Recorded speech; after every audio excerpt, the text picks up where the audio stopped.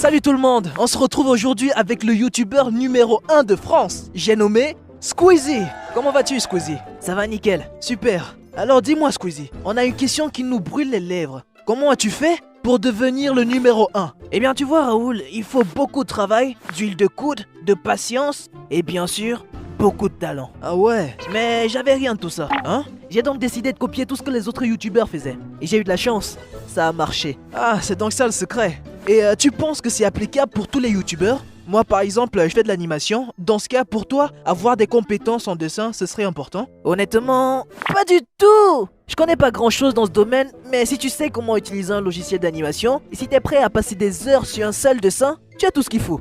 Et si je n'ai pas non plus ces compétences-là, il suffit de copier le travail des autres animateurs. Tu verras, ça fonctionne aussi. Je vois. Et pour tous ceux qui voudraient être aussi drôles que toi, qu'est-ce que tu leur conseillerais? La première chose, c'est de ne jamais se prendre au sérieux. Et surtout, il faut être prêt à faire des blagues sur les choses que les autres trouveraient inappropriées. Les gens adorent ça. Et si ça marche pas, il reste toujours la bonne vieille technique d'imiter les blagues de l'oncle Tom de la famille. Ça aussi ça marche. Merci Squeezie pour cette interview très amusante et tes conseils pour devenir un excellent youtubeur. On te souhaite que du meilleur pour la suite. Merci à toi. Et pour finir, je cite un proverbe de chez nous. Hein?